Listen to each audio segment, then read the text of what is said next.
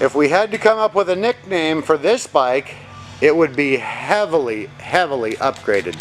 It's a 2017 Harley-Davidson FLTRU Road Glide Ultra in vivid black.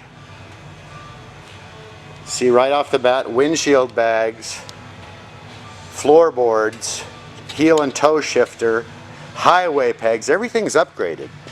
Grips, heated seats, gas cap cover. It's 2017 with under 7,000 miles as of this moment at 6,554. That'll change as the bike is test ridden. Coffee cup holder, cell phone holder.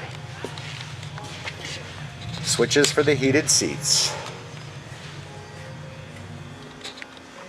Beautiful, beautiful bike. Just out of service, running perfect. Just out of detail, looking almost perfect. Bike's in great shape. It'll be challenging to find any flaws on this one. And it's available for test rides 7 days a week.